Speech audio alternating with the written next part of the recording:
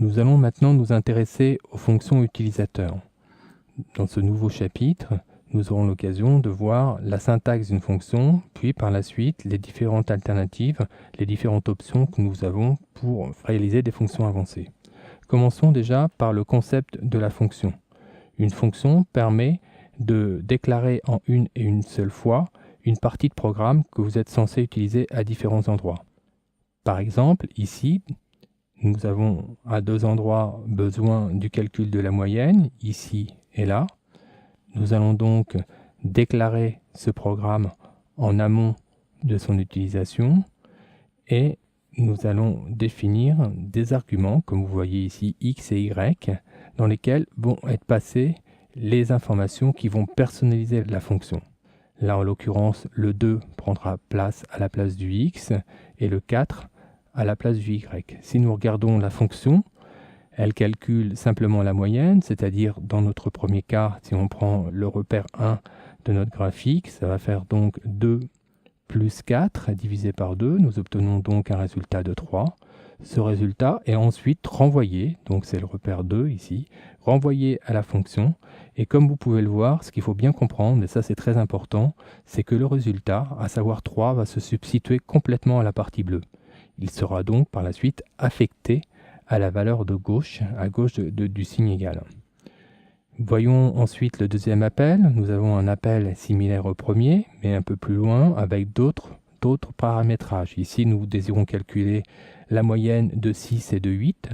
Lorsque nous allons appeler notre fonction, le 6 prendra donc la place du x et le 8 prendra la place du y. Notre calcul de moyenne sera donc identique. Nous allons donc faire l'addition de 6 et de 8 divisé par 2.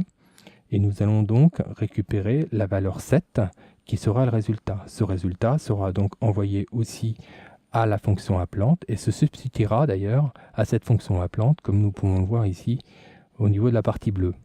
Cette fonction appelante, donc ce résultat, sera donc ensuite affecté à la variable située à gauche du signe égal. Nous allons maintenant passer à une réalisation plus pratique de cet exemple et que nous testerons dans un navigateur. Commençons par ouvrir une page modèle à partir de page PHP. Plaçons-nous dans les balises PHP. Je vous propose de commencer par déclarer la fonction. Donc je vais ajouter un petit commentaire.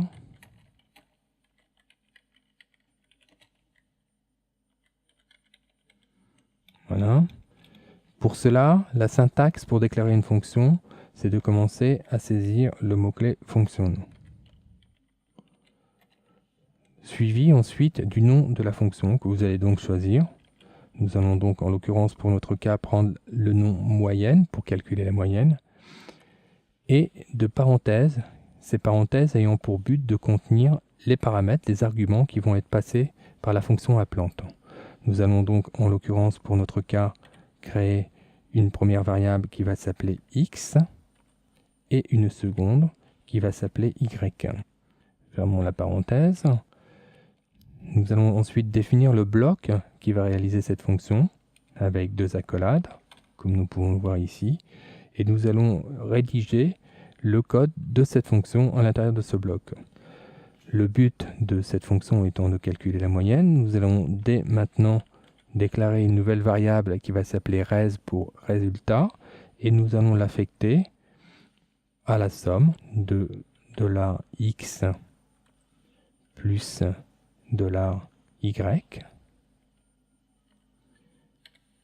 le tout divisé par 2, puisque là, notre calcul de moyenne est limité à 2 valeurs. Le tout clôturé évidemment par un point-virgule. Dès lors, je dispose dans res du résultat. Pour retourner le résultat à la fonction appelante, il suffit d'utiliser le mot-clé return et de le faire suivre par la variable que nous désirons retourner, à savoir res. Voilà, notre fonction est maintenant déclarée. Nous allons illustrer son appel. Commençons par afficher un texte début du programme, par exemple, histoire de simuler donc des actions qui pourraient être préalables à l'appel de la fonction. Nous allons d'ailleurs mettre un BR de sorte retourner à la ligne pour la suite. Donc, ici, je vais appeler ma nouvelle fonction. Je vais, par exemple, utiliser mon calcul. Je vais l'appeler mon calcul 1. Donc, comme c'est une variable, je vais la faire précéder par $. Mon calcul 1 est égal à... Et là, je vais donc appeler la fonction moyenne. Voilà, en lui passant, donc là je fais la place déjà pour les deux paramètres, en lui passant deux paramètres qui vont se substituer au x et au y que nous avons au-dessus. Je vais donc passer les mêmes valeurs que nous avions tout à l'heure, 2 par exemple et 4 pour notre premier exemple. Et pour vérifier que ce calcul est correct, je propose d'afficher en dessous ce résultat. Voilà. Mon premier appel est terminé. Je peux enregistrer ma page dans le répertoire fonction. Je vais l'appeler par exemple fonction simple. Voilà. Puis le tester dans le navigateur. Donc revenons dans notre WAMP. Cliquons maintenant sur fonction. Je clique sur le nom de ma nouvelle page et je vois que ici j'ai mon début de programme qui correspond au début de programme et ensuite la fonction est appelée, vous voyez, 2 et 4 et le résultat est affiché à la ligne d'en dessous, à savoir 3, ce qui correspond bien au calcul de la moyenne. Donc mon programme a bien fonctionné. Nous allons continuer l'illustration en affichant par exemple la suite du programme et en réalisant un deuxième appel de fonction, mais cette fois nous allons changer par exemple de variable, nous allons l'appeler mon calcul 2. Nous allons cette fois utiliser deux valeurs différentes pour l'appel de la fonction. Nous allons utiliser par exemple 6 et 8. Et nous allons tout de suite vérifier. Nous allons peut-être mettre un petit pair de sorte à ce que le résultat s'affiche à la ligne. Nous allons tout de suite vérifier que cette deuxième fonction fonctionne aussi. Voilà. Donc là, effectivement, vous voyez le 3 est collé donc au texte qui suit. Dans ce cas, nous pourrions solutionner ça en mettant un pair devant et derrière. Voilà, nous avons ici donc le premier texte qui simule le début du programme, le premier appel de la fonction 2 et 4 qui appelle donc la fonction moyenne. Celle-ci renvoie et remplace donc toute la partie de la fonction appelante par 3 et ensuite cette valeur donc s'affiche ici.